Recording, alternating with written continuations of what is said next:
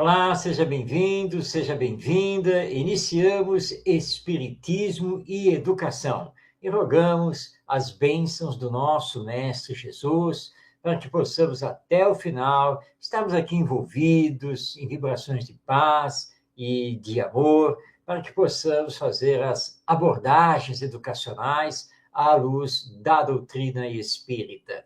Conosco, para realizar mais uma vez o programa, está aí o nosso Ronaldo Gomes, querido companheiro, amigo, educador. Seja bem-vindo, Ronaldo. Muita paz, saúde, gratidão a todos pelo carinho de sempre. Estamos juntos. Que Jesus nos inspire mais uma vez no dia de hoje. E você que está aí nos assistindo, pode participar. Basta enviar a sua mensagem, dar o seu alô, fazer a sua pergunta. Olha aí, a nossa Rosane Ribeiro, que já está mandando um abraço para o primo Ronaldo. O primo Ronaldo. Tá? Mas também está mandando para mim, né? Rosane, um grande abraço a você. Muito obrigado aí pela sua companhia. Bem, você está vendo aí no rodapé do vídeo, o letreiro está aí passando. E você vê, tema, Escola do Sentimento, o processo de aprendizagem. Nós estamos desenvolvendo uma série de programas em que estamos trabalhando esse projeto pedagógico da Escola do Sentimento, que é este aqui, tem até livro lançado na Escola do Sentimento, e hoje nós vamos dar continuidade aqui à nossa conversa sobre o conteúdo da obra e falarmos também do processo de aprendizagem, que nem todo mundo conhece, nem todo mundo sabe como se dá a aquisição do conhecimento, como se faz a aprendizagem. Não é isso, Ronaldo? Então, vamos começar. Agora eu vou botar um abacaxi na sua mão. Como fazer esse processo de aprendizagem em relação à escola do sentimento? Mas vamos esquecer um pouquinho a escola do sentimento, mas esse processo de aprendizagem com tantas dificuldades, tanto paradigmas ainda para ser quebrado, professores desestimulados, não há um incentivo, não vou nem falar só incentivo monetário, não, cifras, mas a escola que parecem mais umas grades, uma prisão do que verdadeiras escolas. Aliás, nós temos experiência disso, já viajamos muito por esse Brasil aí, e grades, com certeza grades, é que não mudou muito. Mas esse processo de aprendizagem, Marco, me leva a pensar assim, bom, no mínimo, eu tenho que ter professores, educadores, desde o porteiro, como já falamos aqui, até o diretor, que estejam, no mínimo, olha só, acho que eu estou botando até no mínimo 50% numa visão mais além do que números, mais além do que apenas receber os alunos dessa maneira automática. Sabe, a coisa está muito... Vamos ser realistas. Acho que é preciso nós sermos realistas, não. É uma realidade que vivenciamos e que nós já falamos em todos os aspectos. Então, vamos lá. Esse processo de aprendizagem, eu fico coçando a cabeça. Acho que o Marco está com uma utopia aí. Ok, Ronaldo. Bom, olha só, você me deu o abacaxi, mas eu tenho que fazer uma pergunta. Vem com a faca? Porque descascar abacaxi, né? Mas acontece que nós temos a faca. Tem a faca, sim, claro que tem. Olha só, gente, processo de aprendizagem. Então, nós precisamos entender que estamos falando, em outros termos, tentando responder aquela criança. Como a criança aprende? Nós temos que encontrar essa resposta, que já foi encontrada pela psicologia do desenvolvimento e que recebe o reforço da doutrina espírita. Mas antes de entrarmos nisso, você pintou um quadro que é real, né, das nossas escolas, infelizmente, mas esse quadro pode ser superado se os professores tiverem um verdadeiro amor ao processo de educação, à sua profissão, aquilo que eles têm que fazer realmente na escola. E é uma pena que nas faculdades de pedagogia, essa questão da psicologia do desenvolvimento não seja tão explorada quanto devia ser.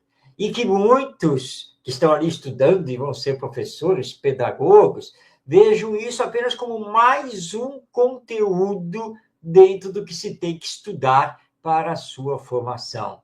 É muito importante nós entendermos que a criança ela tem estágios de desenvolvimento.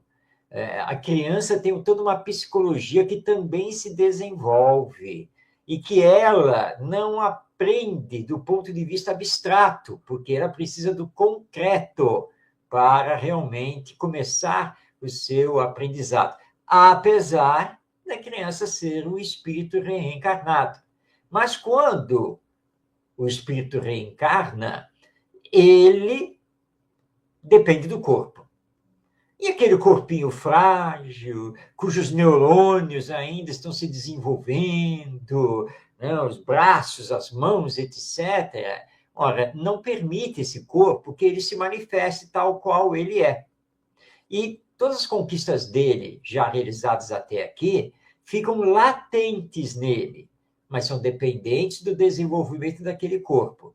E como ele está assumindo uma nova personalidade, durante a infância ele vai pensar e agir como criança. E aí vai fazendo os estágios de desenvolvimento. Há um livro maravilhoso que todo mundo precisa ler, de uma grande educadora, pedagoga, só para você ter ideia, né? Além de ter sido professora da Universidade Federal Fluminense, no estado do Rio de Janeiro, ela também foi coordenadora do curso de pedagogia da universidade. Autora de vários livros pedagógicos, também espírita, abraçou a doutrina, trabalhou nesse campo da evangelização e nos legou, como ainda está nos legando, várias obras. Entre elas, eu vou indicar, vou mostrar aqui, olha, gente, todo educador precisa conhecer este livro, da nossa querida Lúcia Moisés. Como aprendemos? E aí tem aqui o subtítulo, Teoria e Prática na Educação Espírita. A publicação é da editora M, que é lá de Capivari, no estado de São Paulo. Encontra o livro aí normalmente.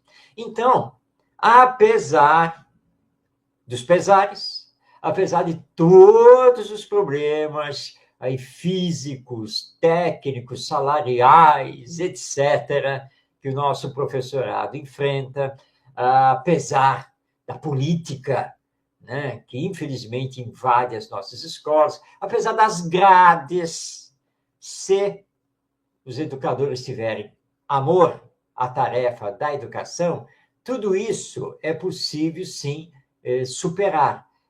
A escola pode ser transformada. Agora, você que é professor, você que é professora, está aí nos assistindo, você está na escola, dá aula, né, da sua disciplina curricular, entenda que até para dar aula, que nós deveríamos superar isso, mas mesmo para dar aula, você precisa entender como a criança aprende, como nós aprendemos, que estágios de desenvolvimento são esses que já foram estudados por Pestalozzi, por Piaget, tanto do ponto de vista cognitivo quanto do ponto de vista moral. Então, e outros, como Vygotsky, Vallon e demais pesquisadores. Nós temos, por exemplo, um estudo maravilhoso que é feito pelo psicólogo norte-americano, o Daniel Goleman, quando ele lançou o seu livro Inteligência Emocional, que é uma obra voltada para a educação e aos educadores. Ou seja, basta estudar para você entender que quando você... essas crianças não aprendem. Por que não aprendem? Porque talvez você esteja atropelando o processo de aprendizagem. Você não está obedecendo os estágios, você não está entendendo como tem que trabalhar. Pestalozzi, por exemplo, provou na prática, não foi apenas teoria, ele provou que a criança, nos estágios iniciais, para aprender, ela precisa do concreto, precisa do lúdico, precisa do desenho, do objeto, partir do conhecido para o desconhecido. E, às vezes, nós simplesmente passamos por cima, né, Ronaldo? Entramos na sala de aula, damos uma aula toda teórica, enchemos a criança de exercícios e não sei o que e tal, e lá se foi o processo de aprendizagem. É por isso que, muitas vezes, simplesmente não dá certo. Você está lembrando aqui a minha esposa, hoje ela está aqui, trouxe para casa, está corrigindo as provas e tal, e ela pegou, nós estamos em junho, então, mas no início do ano, isso é todo ano é assim. Aí pegou uma turma que, meu Deus do céu, ai, não aguento mais, e a mãe, aquela cobrança aí, tudo que nós já conversamos aqui, as cobranças, né, da prefeitura, que vem de cima para baixo, aí tem que ter meta, não sei o quê, mas aluno que não sabe ler, aluno que... aquela dificuldade toda. E ela, como é que eu vou fazer? E minha filha também é professora, né, está fazendo psicologia. Aí, mas você tem que ter estratégia. Eu estou quieto, eu estou vendo televisão. Mas o que você acha? Aí eu, para mim, falei, ué, eu não posso dar opinião, pô. Isso no início do ano. Aí já vem você. Eu falei, toda vez que eu faço, você diz que não é isso, que não é aquilo, não sei de nada. Eu falei, a nossa filha está certa, tem que ter uma estratégia. E você está há quanto tempo? Quase 20 anos. Ela parou. Esquece a cobrança e faz o seu. Eu não vou falar, faz o seu. Aí quando foi hoje, e nisso vem, né? Desde o início do ano, março para cá, e desde fevereiro, metade de fevereiro para cá. Enfim, quando foi hoje, nossa, como é que a turma melhorou? Olha, como é que estão as notas, não sei o que. É mesmo. Então alguém deve ter contribuído muito para isso. Quem? Eu falei, ué, quem? Você. Quem mais deve ter contribuído? Mudou, o conteúdo é o mesmo, mas alguma coisa tem que se adequar para que todos possam, apesar de todo o problema, você adequar o processo de aprendizagem deles, que é justamente o que nós estamos falando. Porque a criança é fácil. É fácil de se adequar, de se adaptar. O problema somos nós mesmos, os professores, os pais, principalmente, que não querem. Joga, é o depósito, a escola é um depósito. E por aí vai, Marcos. Então, nós vemos o quê? Que tem que haver, de fato, as estratégias. Apesar de que eu não entendo, parece que se esquecem de tudo, de estratégia, de adequação, de flexibilidade. São palavras-chave dentro da educação. Com você, Marcos. É verdade, Ronaldo. Infelizmente, boa parte, né, do professorado está tão preocupado em obedecer o sistema, as normas, a burocracia, a carga horária, essa coisa toda, e que tem que ensinar aquele conteúdo, que acaba esquecendo de flexibilidade, criatividade, estratégia, e começa a focar apenas em dar aula. Como é que eu vou dar a aula? Né? Qual é o conteúdo que eu tenho que dar? Como é que eu vou montar a prova? E aí você entra numa espécie de sistema automático. E claro que isso começa a não dar certo. Porque as crianças que estão em sala de aula não são robôs, não são androides, nada disso. São seres humanos que sentem, que reagem, são individualidades. Então, você fica só naquele sistema, né? E fica só ali, fica e batendo naquilo, e aí dá esse desespero. Claro que dá. Não está dando certo, eles não estão aprendendo, as notas estão baixas, eu estou sendo pressionado pela direção, eu não sou o quê? Quem que é? Mas muda de estratégia, tem que fazer diferente. E é como você bem colocou, não, você não vai mudar o conteúdo, você tem que trabalhar aquele conteúdo, ok, tá? Você tem que aplicar aquelas provas, porque é assim que o sistema está funcionando, aplique. Mas em sala com os alunos, trabalhe de forma diferente. Sinta-os, ouça-os, muda a forma, então, de trabalhar aquilo. Começa a implantar, por exemplo, roda de conversa, põe eles para trabalhar em grupos de pesquisa, faz debate, leva os assuntos do cotidiano para dentro da sala de aula.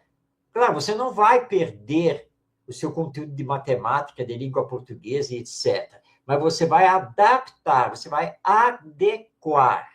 E aí, o que vai acontecer? Todo mundo vai gostar de ir na sua aula. Todo mundo vai falar bem de você. Agora, estude também o processo de aprendizagem, esse como a criança aprende. Porque, às vezes, nós estamos apenas atropelando o processo. É isso que nós estamos fazendo. Estamos atropelando. Isso é muito interessante. Eu li uma vez. Ele era um grande marqueteiro, né? Um homem de publicidade.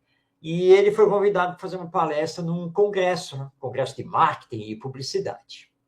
E ele disse que ele estava lá e vendo, né, que os amigos dele, né, os outros especialistas, todo mundo com apresentação PowerPoint, com vídeo, com não sei o quê, acompanhando as palestras. E ele não tinha preparado nada. Nada. Aí ele olhando aquilo, cara, eu tenho que fazer alguma coisa, eu tenho que ter uma estratégia para chamar a atenção. Então ele pediu para a palestra dele que colocassem no palco ali um painel, e um painel com folhas, né? Ok. E pediu uma caneta, né? E aí foi lá fazer a palestra dele. Aí a primeira folha, totalmente em branco, né? Pois é, porque isso, que aquilo, tá? E ele começou a apontar para a folha, porque isso, como nós estamos vendo aqui, né? Não sei o que e tal. Aí pegou e tirou a folha, foi uma segunda, né? Também em branco. Porque não sei o quê. Como eu anotei aqui, vocês podem ver o gráfico, não tinha nada, né? Tirou a segunda folha e foi para a terceira, né? E tá lá, até que alguém lá para a tela levantou a mão, né? Assim, pois não, pode falar. Não sei o quê. Olha, eu não sei se é um problema de visão, porque eu estou muito distante, mas a impressão que eu tenho aqui, parece que todo mundo está tendo aqui, é que não tem nada escrito aí nessas folhas. É isso mesmo? Pô, parabéns, parabéns. O senhor detectou aquilo que eu queria, o senhor percebeu, é fato. Não tem absolutamente nada escrito aqui nestas folhas. E quando nós conseguimos chamar a atenção do público, nós acertamos o alvo. Essa é a alma da publicidade. E eu estou aqui agora muito feliz, porque eu incomodei vocês, vocês se ligaram aqui, né, e eu vendi meu produto. Muito obrigado, tchau. Então, a estratégia.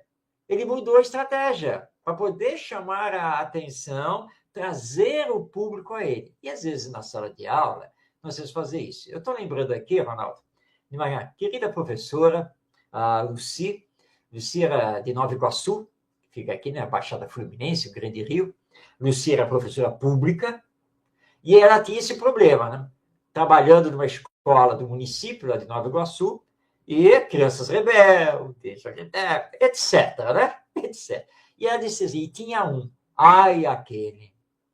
Sabe que ele é furacão, tsunami, terremoto, é tudo ao mesmo tempo? Era ele. E só dava trabalho. Aí um dia ele se pensou, meu Deus, eu tenho que fazer alguma coisa. Ele desestabiliza a turma, não me deixa dar aula. Meu Deus do céu, o que eu vou fazer? E aí ela teve uma ideia genial. Ela instalou na sala de aula o Hospital do Amor. Sabe o que ela fez? Pegou uma carteira, colocou do lado da mesa dela e disse para a criançada, olha só, a partir de hoje, hein, esta sala é um hospital, mas é um hospital diferente, que é o Hospital do Amor. Vocês estão vendo essa cadeira aqui do lado? Essa cadeira é para internar quem está precisando de muito amor, quem está precisando de ajuda, de auxílio para aprender, né, para se comportar melhor, tá? E eu sou a médica. Mas eu não posso aqui dizer quem precisa do Hospital do Amor. Vocês que são aí os outros médicos e enfermeiros, a partir de agora, conversem entre vocês e me digam quem é que está precisando de internação no Hospital do Amor. Todo mundo apontou ele, né? Que desestabilizava tudo. Ele está precisando. Então, tá bem, fulaninho, vem cá. Ela o abraçou, colocou ele na carteira, do lado da mesa, e disse assim, olha, a partir de agora você está no Hospital do Amor, então você vai receber bastante afeto, muito ajuda, e você vai me ajudar. O Hospital do Amor funciona assim. Agora, minha gente, ele está precisando do quê? Aí o outro lá falou, ô tia, eu acho que ele está precisando de lanche. Precisando de lanche? Bom, o hospital tem que servir lanche, é verdade. Mas por que você acha que ele está precisando de lanche? Tia, você não percebeu, não? Ele é muito pobrezinho. Você não sabe, ele nunca traz lanche, ele passa fome aqui na escola. Ah, é?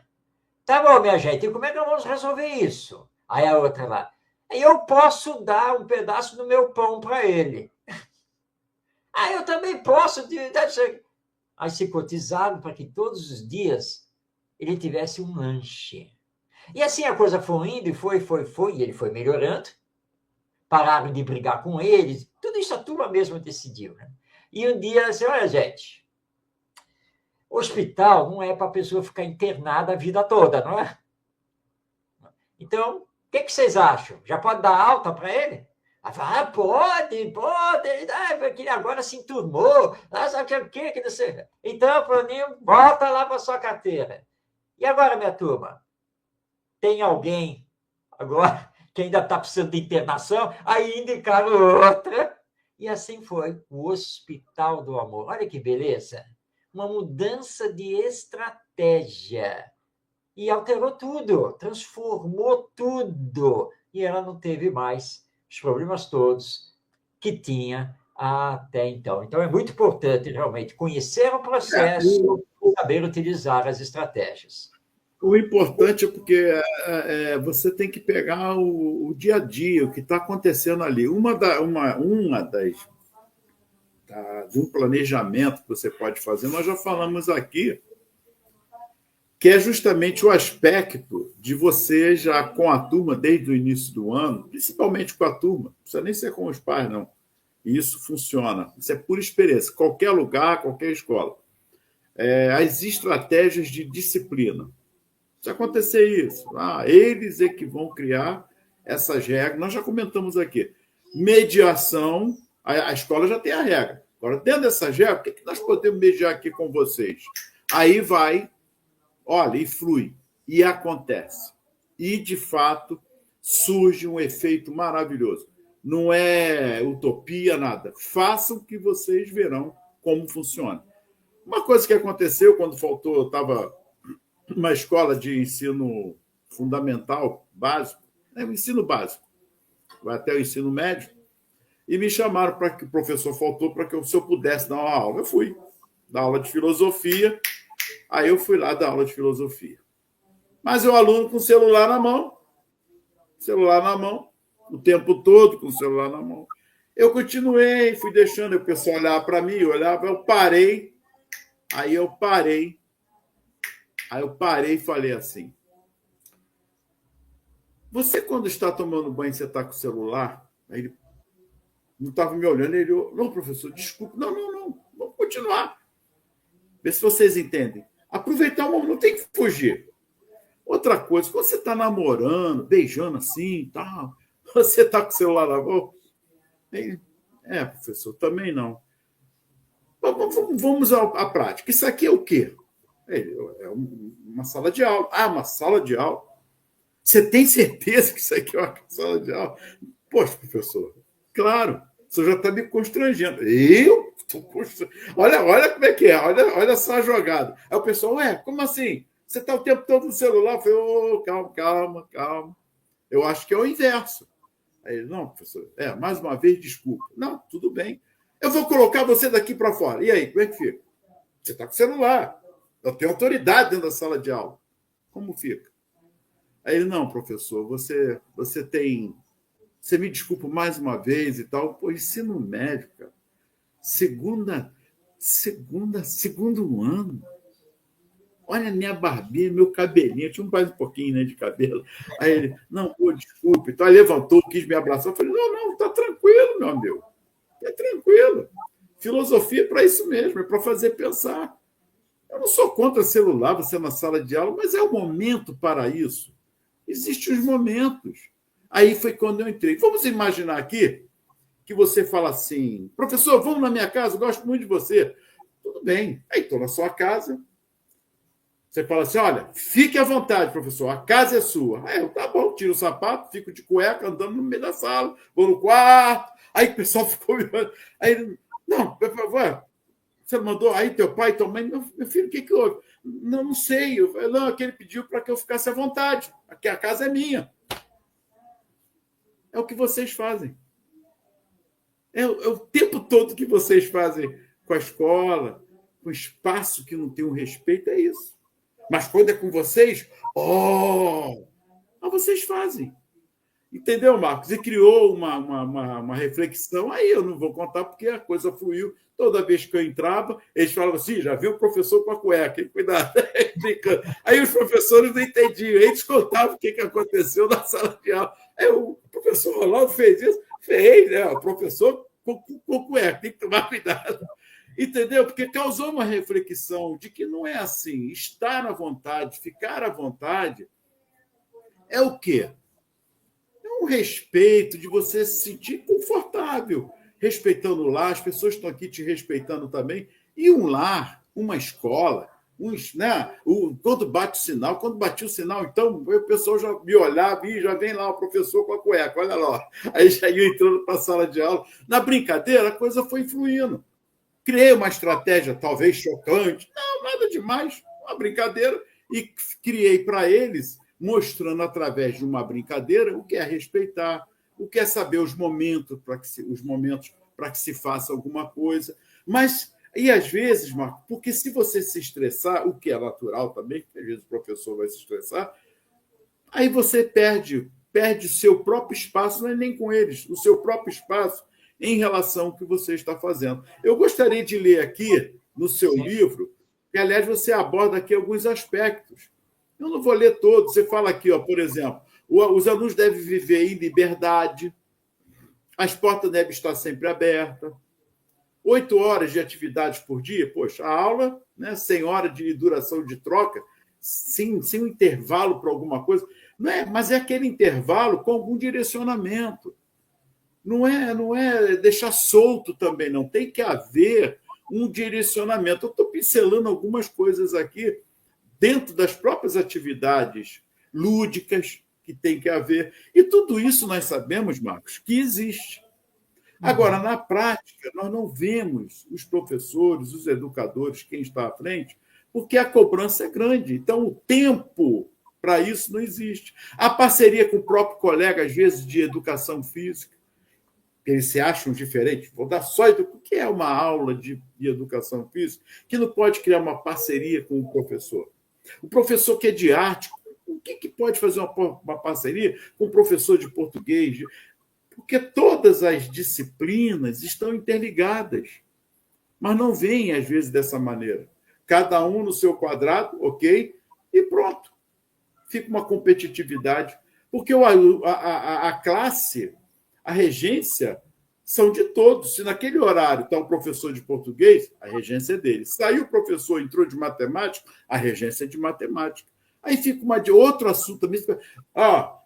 Houve um problema aqui na aula do professor tal, você que é regente. Não, mas eu não estava, eu não posso ser responsável nesse momento, porque eu não sei da situação.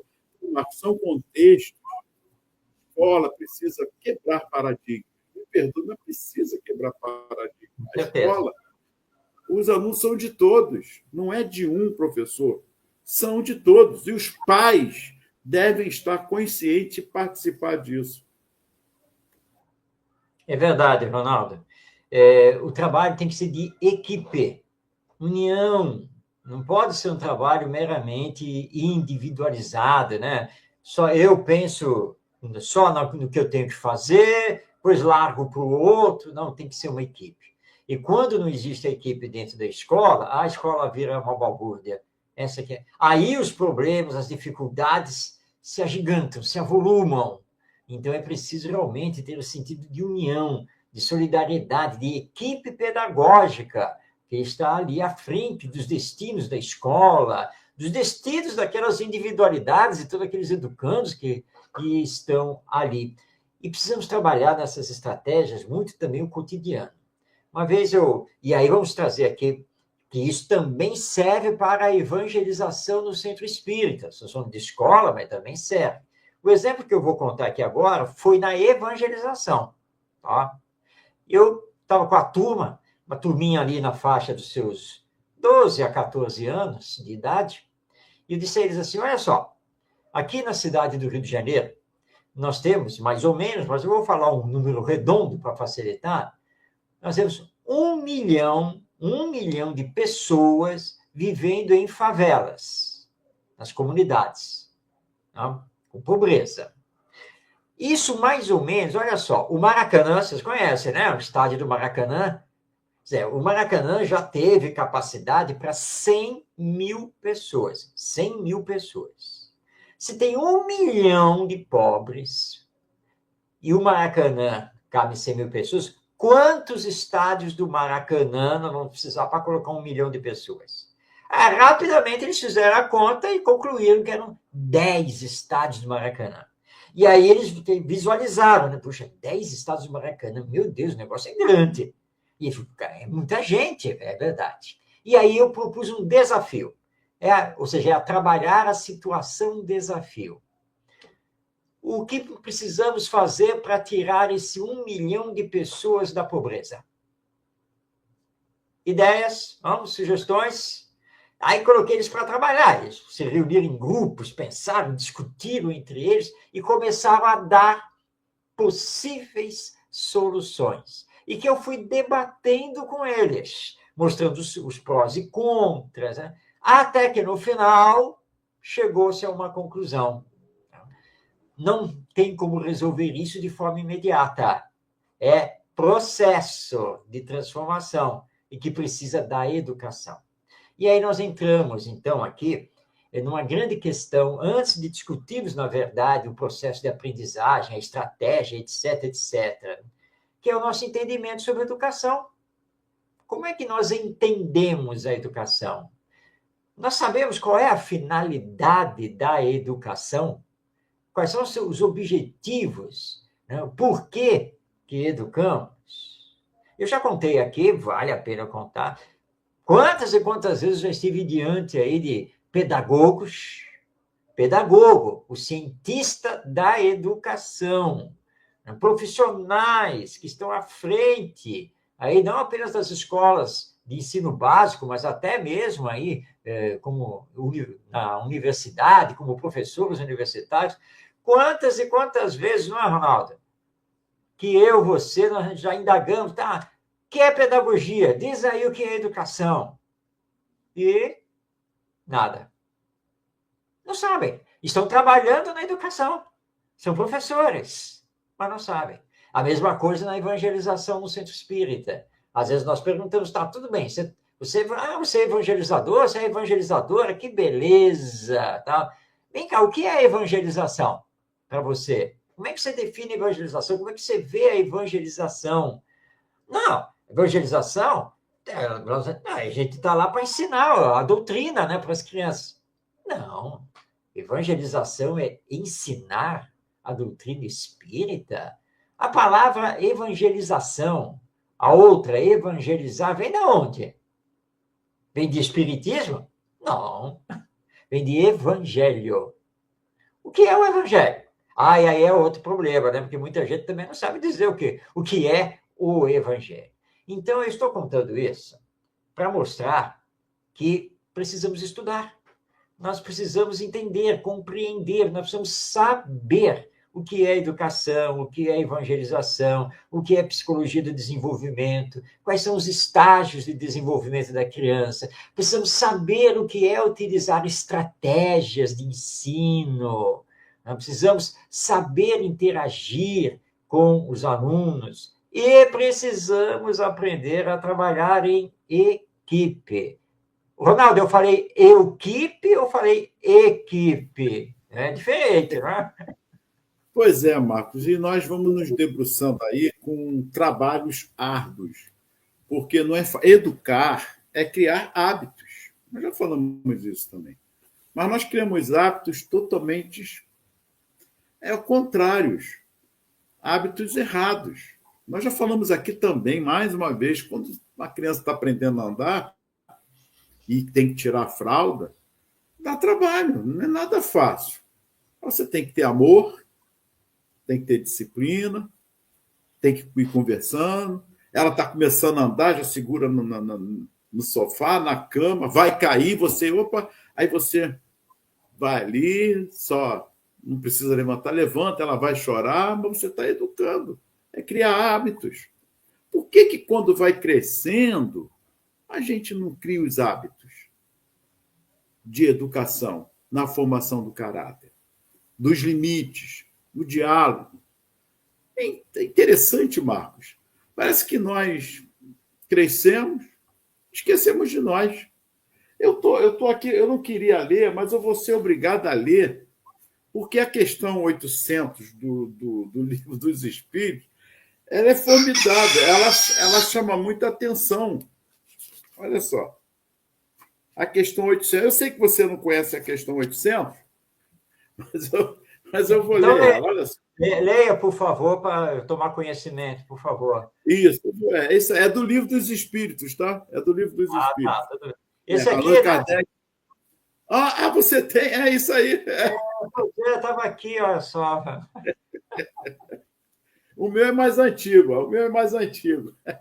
Mas vamos lá. Aí diz assim: não será de temer que o Espiritismo não consiga triunfar da negligência dos homens e do seu apego às coisas materiais?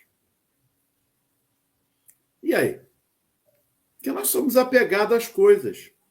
Sim. Apegados às mesmices, apegados à reclamação, apegados à acomodação. Isso é para a próxima geração.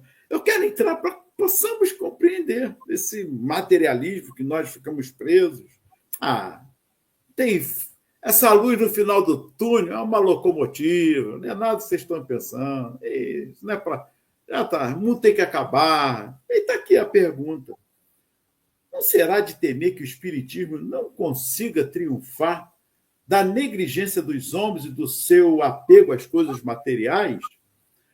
E os Espíritos respondem a Kardec: conhece bem poucos homens. Quem imagine que uma causa qualquer os possa transformar como que por encanto? Nós estamos falando aqui sobre educação. Lá vão quase 40 anos nós dois juntos. Só de quase 30 já tem o instituto que a gente fez aí. E não é só nós, não. Muitos antecessores, muitos de nós, Pestalozzi, já falamos muita coisa aqui, outros que virão. Então, uma coisa, né? Tudo isso é balela. Mas conhecemos bem poucos homens que imagine que uma causa qualquer os possa transformar como que por encanto. Chegou a receita do bolo. Não é nada disso. As ideias só pouco a pouco se modificam, conforme os indivíduos, e preciso é que algumas gerações passem para que se apaguem totalmente os vestígios dos velhos hábitos. E é o que aconteceu até os dias de hoje. Se nós voltarmos lá atrás, nos processos educacionais, em Marco Palmatório, etc. Mas vamos lá. A transformação, pois, somente com o tempo gradual e progressivamente se pode operar, para que cada geração, uma parte do véu se dissipa. E ele continua aqui. O Espiritismo vem rasgá-lo de alto a baixo. Entretanto, conseguisse ele unicamente corrigir num homem um único defeito que fosse, e já o haveria forçado a dar um passo. Ter-lhe-ia feito, só com isso, grande bem, pois esse primeiro passo lhe facilitará os outros. Esse é o processo de educação. Então, não fiquemos preocupados. Mas é tão... Não. Eu acabei de dar um exemplo da minha esposa, começou reclamando, chegou agora, caramba, aí corrigindo. Como é que eles melhoraram? Melhorou. Então, o processo é esse, é começar a arregaçar as mangas e começarmos a fazermos de alguma maneira, ainda que capengando um pouquinho, dentro desse processo. Por que eu estou colocando isso, Marco? Porque muitos falam assim, vocês estão com devaneio, estão viajando no tempo. Gente, é fazer. Se não, nós não desistimos até hoje, nem dos nossos filhos, quem dirá dos netos, e por aí vai. Mas uma só transformação que seja, como eu dei exemplo do aluno lá com o celular, é aquilo ali, ele não vai sair dali transformado, não, mas já criou-se uma reflexão. Antes ele não refletia, eles não refletiam. E agora refletem. E depois que eu saí, eles disseram assim, mandaram um recado, ai, que saudade daquele velhinho. Ele fazia a gente pensar. Falaram comigo, eu não estava sabendo. Olha aí, surtiu efeito? Surtiu. Então, nós não queremos milagres, nada disso. Mas algo, Marcos, tem que ser feito. Nós precisamos fazer, arregaçar as mangas e partir para a ação. Sem dúvida, Ronaldo. Essa questão 800 do Livro dos Espíritos nos faz pensar, refletir e lembrar que a transformação individual e, por extensão, a transformação social não dá saltos. Ela é feita com o tempo, é um processo. Então, ilude-se quem acha que está tudo perdido, que não tem mais jeito, ou que queria coisa para ontem, mas como não aconteceu, né? Calma, é processo. Agora, o processo só vai para frente, como você muito bem colocou, se nós continuarmos a trabalhar, se continuarmos a fazer. Não importa que desacreditem, que deem de ombros, que achem que é uma utopia, não importa. Nós temos que continuar a realizar, nós temos que continuar a fazer, nós temos que continuar a mostrar. Porque é fácil desistir, é fácil jogar a toalha. Como a gente... quer saber de uma coisa? Eu não vejo a hora de me aposentar.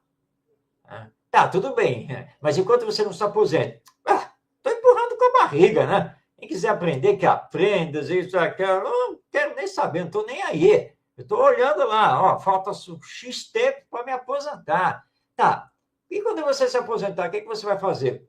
Não vou fazer nada, chega. Eu trabalhei muito, já sofri muito. E essa geração que está aí, isso não tem jeito não. Pô, mas você poderia continuar. Não. Eu posso fazer até outra coisa na vida. Mas na educação, não quero mais saber. Escola, Deus me livre. Tem muito professor, tem muita professora pensando assim. Mas, olha, aí você vai ver como que a sociedade vai se transformar. O Espiritismo é muito claro ao dizer que a transformação moral da humanidade só pode ocorrer com a transformação moral dos seus indivíduos. Em outras palavras, vamos lá. É a educação que transforma a sociedade? Não. A educação transforma as pessoas. As pessoas transformadas pela educação transformam a sociedade. Que educação nós estamos falando? Ronaldo já disse aqui, aquela que cria os bons hábitos. Só uma palhinha, essa fala não é do Ronaldo, não, é de Kardec, tá? Mas, vamos lá. Somente a educação e a criação de hábitos. Agora, como você suplantar, transformar velhos hábitos, não é uma coisa fácil, não é simples. Então, nós temos que fazer pensar. Isso é básico na educação. Fazer pensar. Levá-lo a desenvolver o senso moral. Tudo isso faz parte da educação. Esse é o grande trabalho. E lembrar, como você bem colocou, Ronaldo, aquele aluno do celular. Puxa, então, no dia seguinte, acho que ele já estava pianinho, né? Não. Mas ele pensou.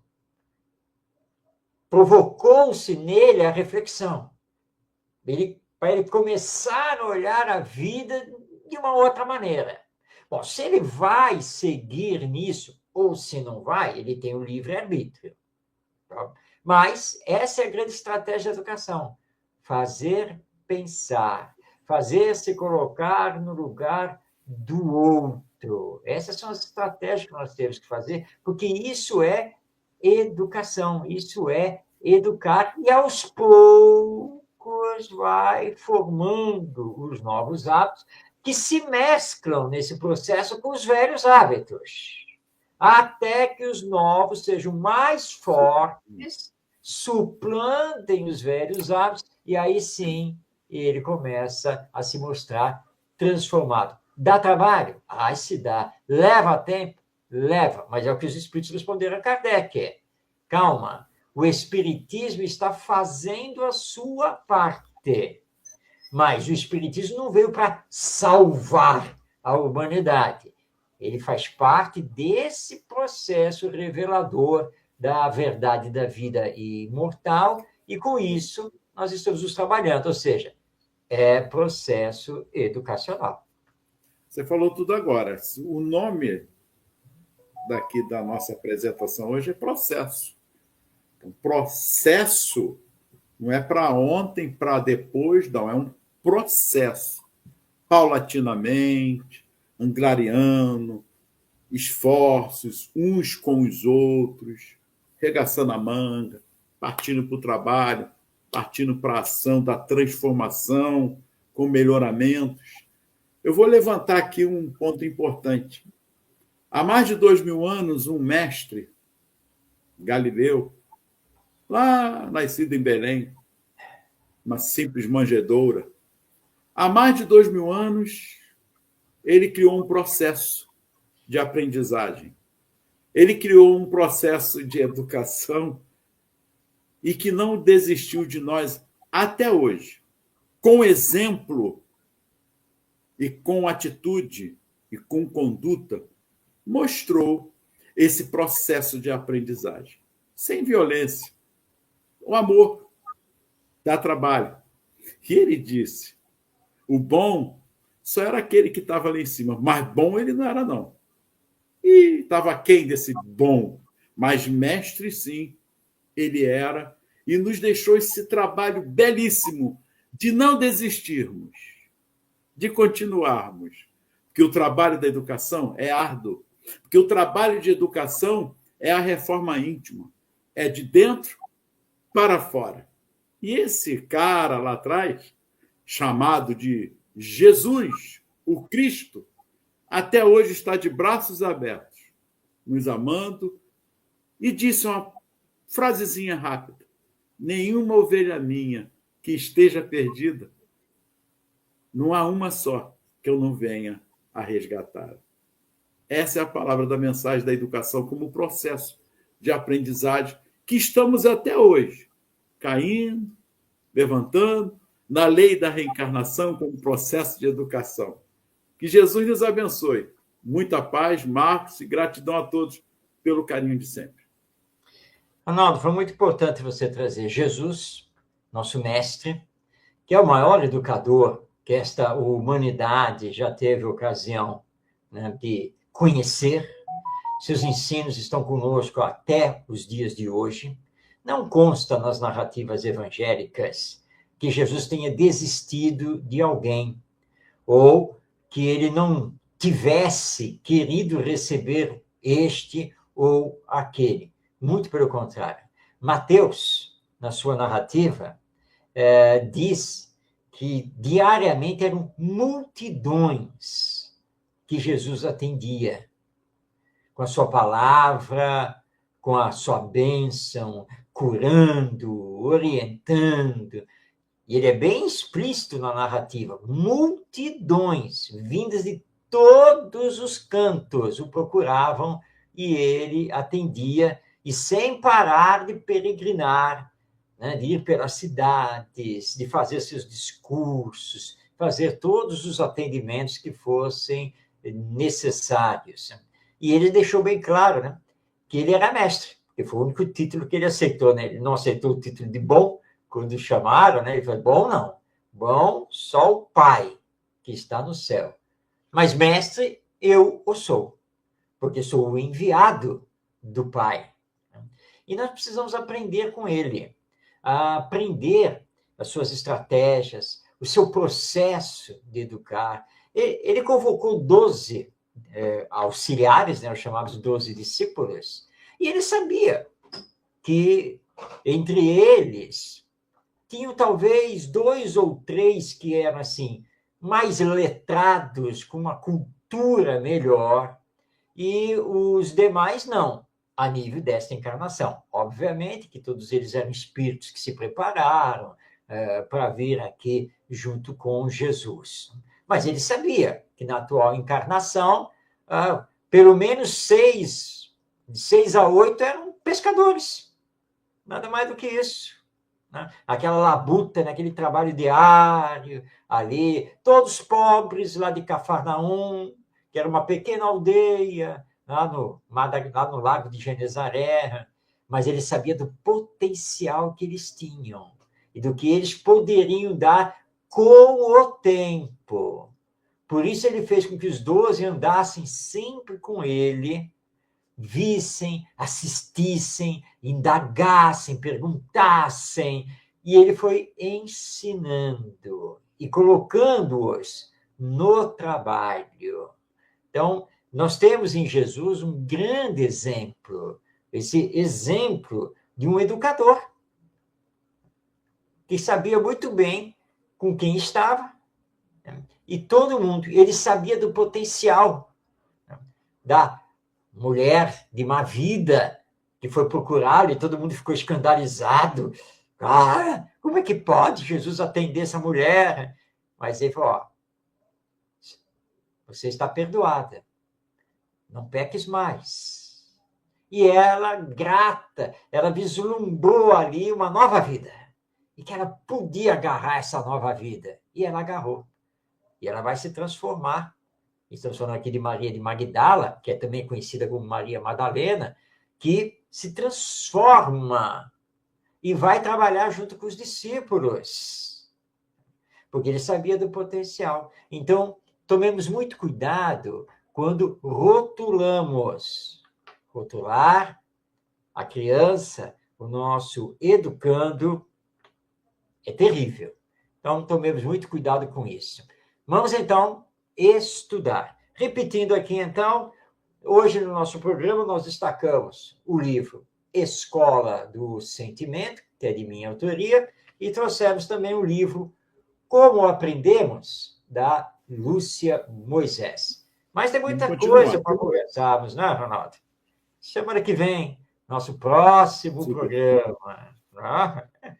E você, então, que está nos acompanhando, você que agora está aí assistindo o programa pela internet, fique ligado. Toda segunda-feira, 8h30 da noite, Espiritismo e Educação.